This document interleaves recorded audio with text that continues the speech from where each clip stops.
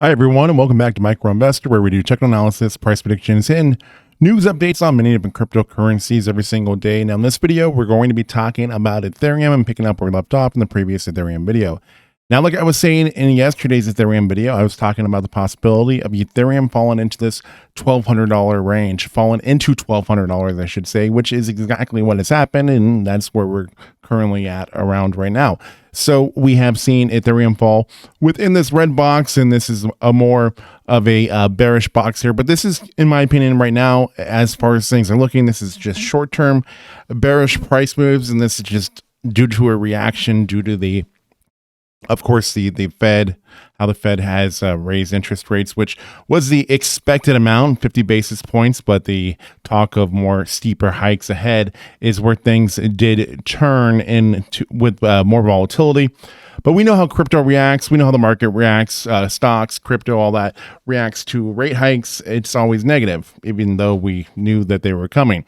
So in this scenario right here, I did add a new box here, and this is our neutral box. So this is just where we need to kind of just get back into, because right now, if you look over at our moving averages, we are below that 20-day moving average now. So we have some things that do need to work up here and start getting back into shape.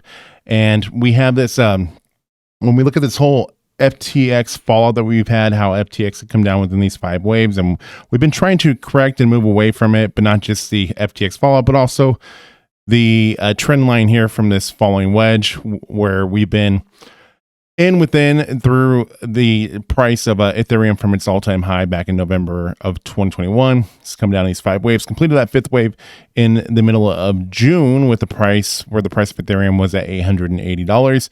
And then from that point, we had gone up in a wave 1, but still managed to stay within the wedge pattern. We've come down in a wave 2, still within the wedge pattern, until we made these attempts to break out of it just before the FTX fallout, which then brought us back in, is after we've seen this FTX fallout come down in 5 waves. Ethereum has been trying to create this distance from this wedge pattern.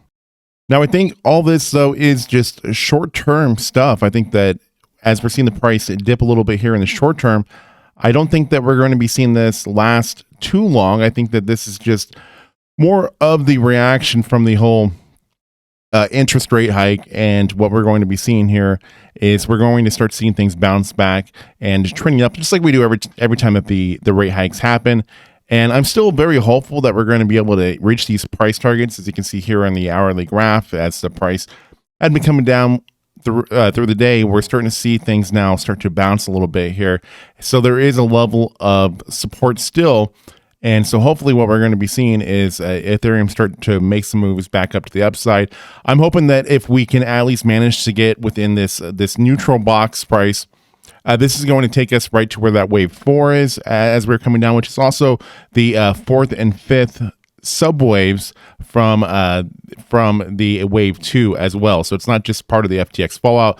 It's actually also part of the waves 4 and 5 subwaves that we're trying to move away from within the wave 2. So just keep this wave 3 here going. So as far as other things here with the wave 3, the big thing is, if we can manage to hit these targets, if we can manage to see this bounce back and start to go back and try to retrace the price that we were just at with Ethereum, and then not only that, go back and retrace where we were from the whole FTX fallout. I mean, that's another goal. I was expecting that we would see that happen sometime, possibly by the end of December on into, say, sometime within the month of January. I'm not sure when that's going to happen. I think it's more than likely we're not going to see it happen anytime in December now, of course, due to this recent price dip.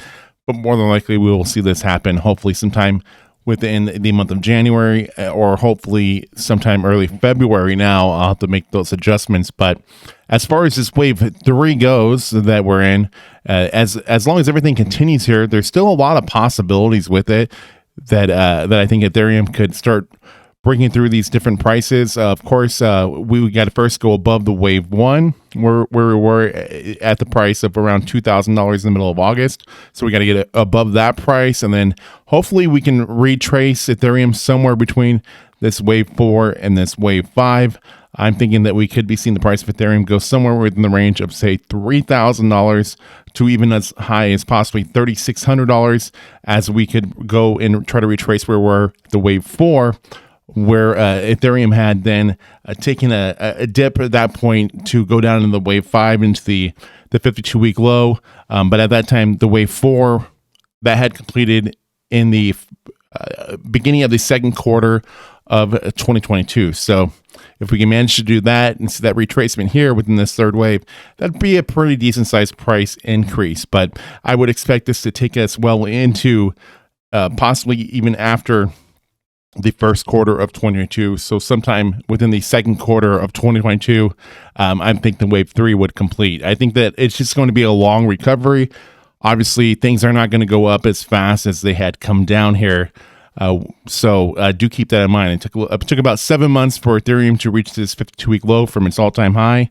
I think that we're going to be seeing it take possibly a year and a half now from that point in June. So we're already going on 6 months from there, from that point, and I think we still have plenty more to go here. So anyways, that's the update with Ethereum. I'd like to hear your guys' thoughts and opinions about this. Do you guys think that we're still going to be on track? Do you think this is just something temporary that we're seeing with the price dip? And do you think that we're going to get back on track here with the wave 3? I would like to know. So with that being said, please like, share, comment, subscribe. New content coming out all the time. I'll see you all in the next one. Thank you for watching and listening.